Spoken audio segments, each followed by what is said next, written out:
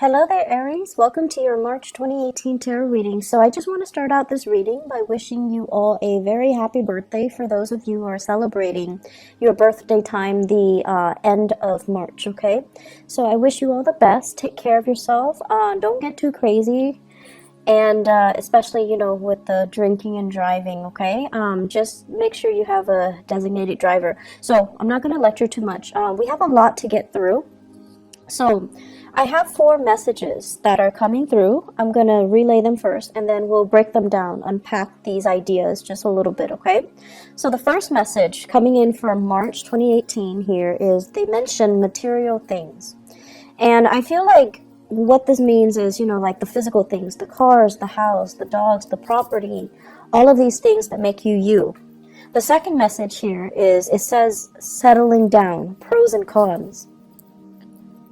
And it says wanting to start out over with work. So settling down, but then wanting to start over with work. So you're kind of thinking about settling down or starting over with work, and you're weighing out the pros and cons. The third thing here is they're asking you, are you feeling a little bit scared of change? Because I feel like you're content right now and you want more out of life, of course. But then it's the material things that are bogging you down just a little bit. So they're saying here, are you willing to let go of these material things and start over? Begin anew. Start a new adventure. And as adventurous as you say you are, this is kind of like the test phase, okay? Are you really gonna, take up the opportunities and just prove to yourself that you're adventurous and you're still willing to embrace new opportunities, or are you so bogged down with these material things? The fourth and final message that I have here is for those of you in relationships that, have not really that I guess I'm seeing patterns in relationships for you guys, and what they're saying here is you're not sure what you want. You're not able to attract exactly what you want, mainly because you don't know what you're looking for, okay?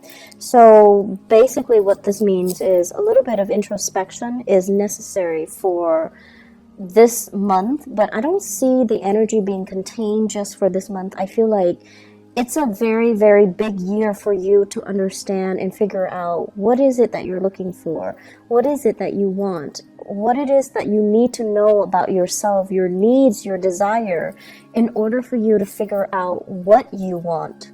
So it's a soul-searching journey, and I feel the energy is going to be very prominent around the June time frame. And I feel like from the June time frame until possibly June of next year, that's when, you have the opportunity here to kind of dig a little bit deeper and go inwards and try to figure out who am I and, what is it that I'm really looking for, because you're kind of grabbing things and just, what other people want, you kind of delude yourself into thinking, okay, well, that person has that and their life seems, splendid and stable, and they seem very successful and they seem pretty happy with their relationship partner, so maybe that's what I want too, so like you're emulating somebody else, or you're looking at what other people have and you're just like, okay, maybe that's what I want too. But I feel like the process for you guys is very subconscious. It's sort of like you see this ideal image and you're like, I want that. And, you work towards that. And then when you get there, that's when, it's sort of like, it's not really internally and emotionally what you have arrived at. It's just something that you kind of gleaned and picked up and thought you wanted. So that soul-searching journey is going to be in store for you. So let me just unpack some of these messages, okay? So the first one, material things. The cars, the house, the dogs, the white picket fence, the corner office. And right now, what it denotes to me is that many of you are financially very stable. You're where you need to be, and I feel like you have a lot of career and professional success, okay? So I'm seeing people in corner offices, sipping their coffee, sipping their tea, looking out the window, and, looking at the people on the ground floor, outside the building. So you're just like, I've made it. I'm very established. I've been with the company, the organization for quite some time. I have a lot of respect. I have seniority. I have, first dibs when it comes to vacation days. I have first dibs when it comes to changing to a new office. So you're sitting pretty. You're in a really good space right now. And so a lot of the times too, when we are kind of like at the peak of our career, we kind of think about, what's next? I'm already maxed out, and I feel like, Virgos in particular hit this period last year. If you have Virgo and friends around you, you might want to talk to them about this and just ask them like, hey, did that happen to you last year? What did you do? How do you know where to go? How do you know when to change direction? They're very good at that, because when they feel like, I'm not learning anymore, I'm not being challenged anymore, they want something new. And I feel like for you guys, it's time for something new, but you're secure where you are. It took a lot of work, and you took great pride in all your accomplishments. So where you're at right now, you feel like you can finally exhale, and you feel like that sense of contentment, and you want to stay and stay and stay. And when we stay in a hot bath, the temperature will eventually, get cooler. And then we find ourselves all of a sudden, trapped in a cold bath. So that's what it's starting to feel like to me. And I feel like you're at this point where you're comfortable, you're accomplished, you have seniority. And it's important for you to start thinking about the next step. Okay, it's important for you to stay ahead of the game. And I know that where you are right now, people look up to you. It's very flattering. People look up to you. People respect you. People want to be like you. But I also feel like you would be shortchanging yourself if you don't allow yourself to shift to a new position, a new situation, where you can grow, where you can learn, where you can even have more responsibilities. So maybe, shifting into a managerial position, shifting into supervisory position, doing a lot more training. But either way, I feel like you need to grow more. It's safe and stable and definitely very nice where you are at. But I feel like there's still a lot more climbing that can be had, okay? The question here that you want to ask yourself is, so what's next? What are we working towards? What is my next step? What do I want to happen for me for the next 5 years? So think to yourself, do I want to stay here for the next 5 years? For the next 10 years? Am I going to be happy? Is everything just, going to be the same? Am I going to be content? So you want to start thinking rather than, 1, 2, 3 year plans. You want to start thinking longer term, 5, 10 years, okay? The second message here, I hear settling down, children, and then wanting to start out with a new path when it comes to your work. Many of you have opportunities to travel and relocate for a very big, prestigious, gig, okay? So this is like traveling in order to relocate and finding like an ideal job. And the transition is going to be amazing, okay? It's going to be very phenomenally good for you, for the family. And even if you're making this move on your own, I feel that it's the right move. I'm seeing a lot of people like heading in the eastern direction and northeastern direction as well. So west heading east. And I'm also feeling as well, it's this process, settling down, wanting love, wanting to have children, wanting to have a family, because right now you're kind of like, at the top of that mountain. You feel really good. You feel very financially secure. And for some of you, it's not so much about what's next professionally, but more about what's next emotionally. I'm ready right now. I'm settled. I don't want to climb anymore. I want somebody to share this beautiful view with. I want a lover. I want family, and I want to settle down and have that sense of family. But then you're also wondering, if I were to, relocate, is that going to interfere with this family? situation. So there's that push and pull factor I feel coming in for many of you. So you want to really think about, what it is that you're looking for, because I feel like it's like floating around you. You're kind of looking at other people and their lifestyle and emulating what you see, rather than, really asking yourself, am I wanting that because of what I see somebody's version of it or vision of it? Or do I need to create my own? So I feel like that's really important for you to have that sense of authenticity, of that sense of individuality in the things that you're creating. Otherwise, you're just, creating a replica, and you're not going to be happy, with a copycat version of somebody else's dream, somebody else's life. So it's really important to authentically ask yourself, to like have your own sense of authenticity in the things that you do and the life that you're trying to create. Third thing coming in here, are you a little scared of change?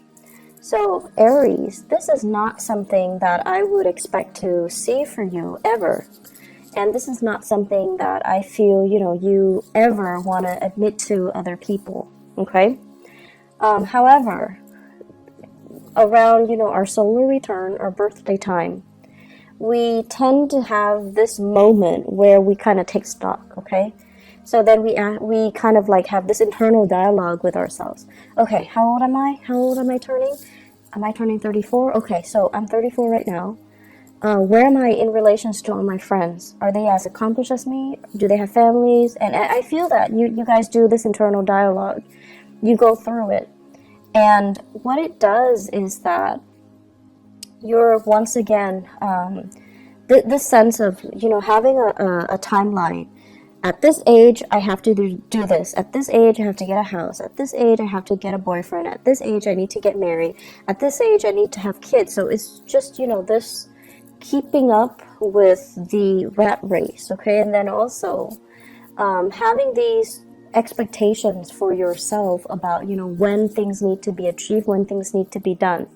The past 10 years, I feel for many of you, things get sidetracked and you feel almost as if I can't have it all.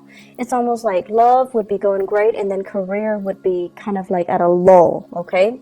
Like I hate my boss, I hate my coworkers, but then love is great.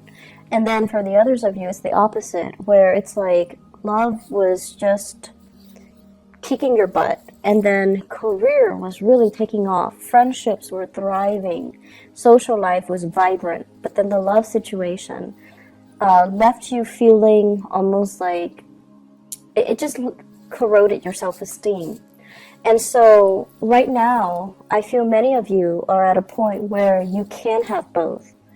You definitely can plan for both, and both of these great things are coming in for you in love and career as well.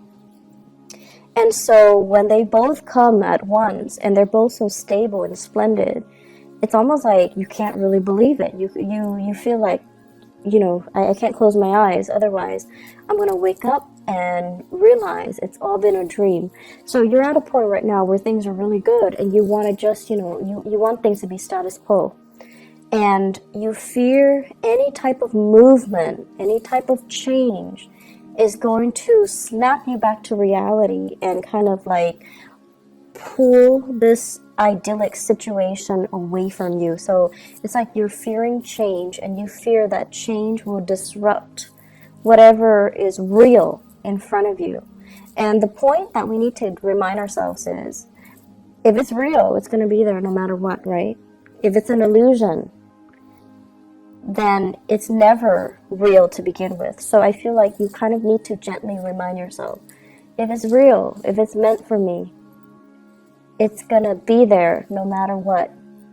And I feel many of you have dealt with, this big relationship that kept coming back.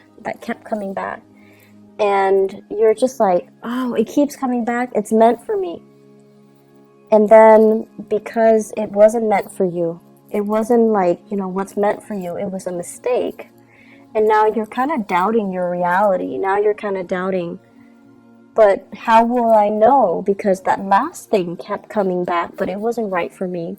How will I know? How can I make that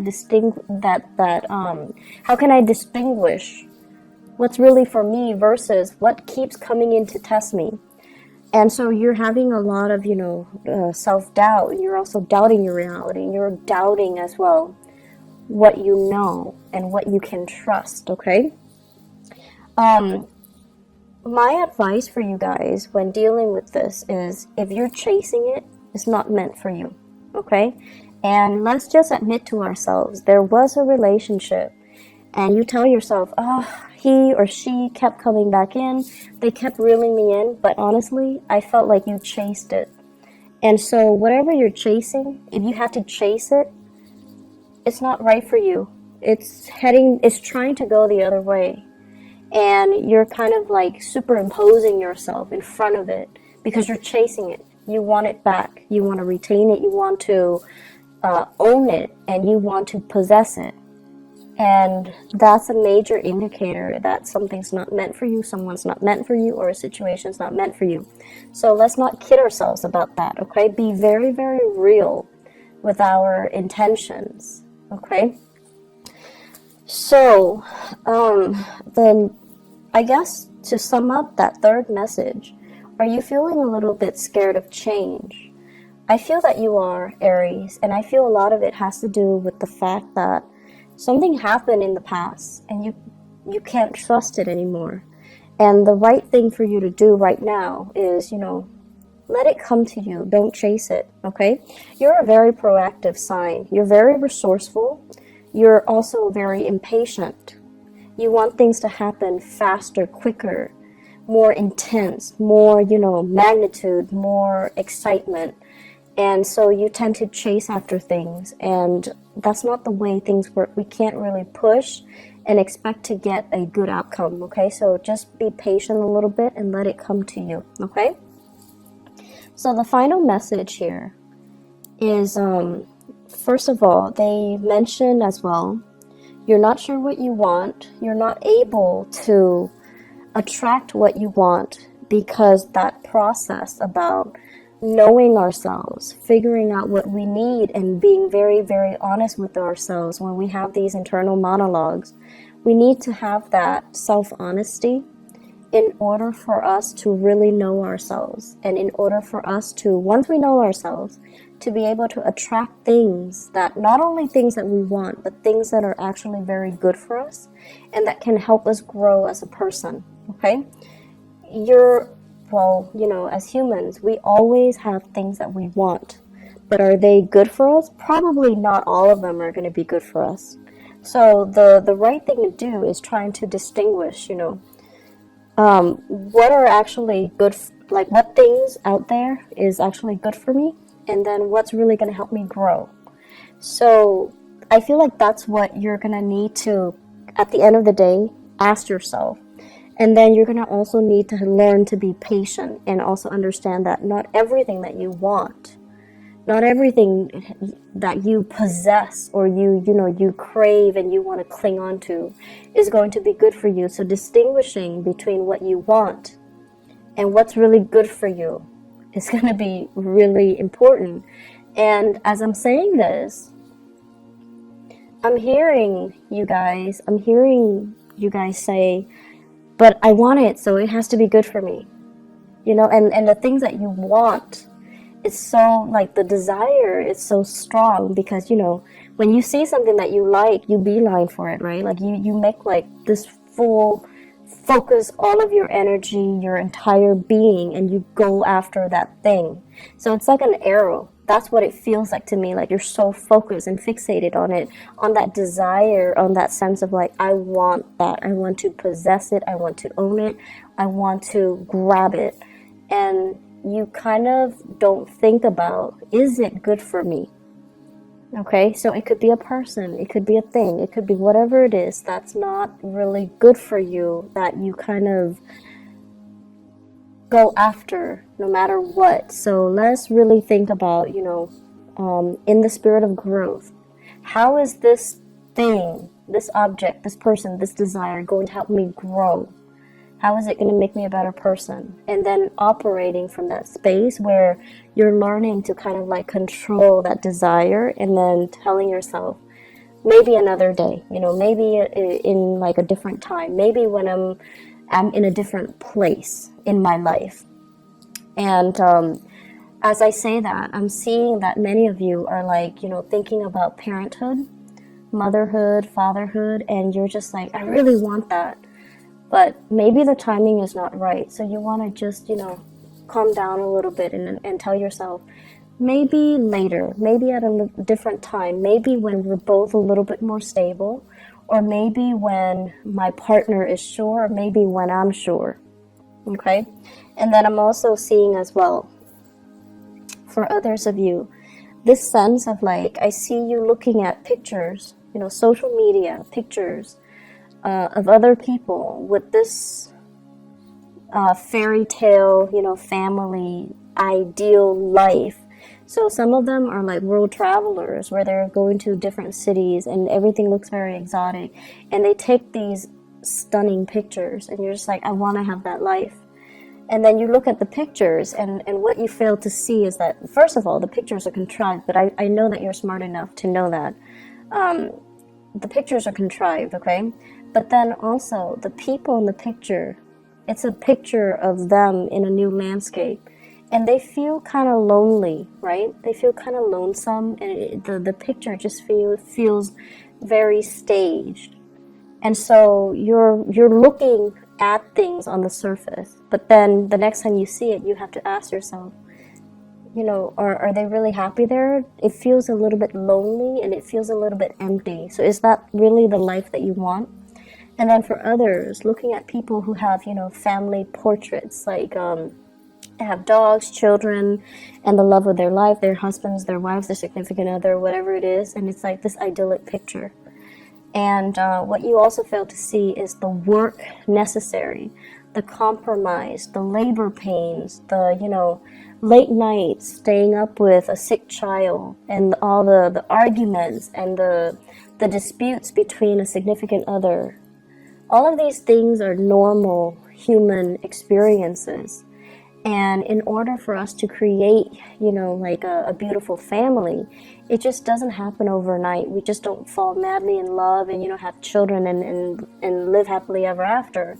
It requires a lot of work. It requires a lot of sacrifice. And it requires a lot of letting our ego to the side so that we can really understand what our partner wants.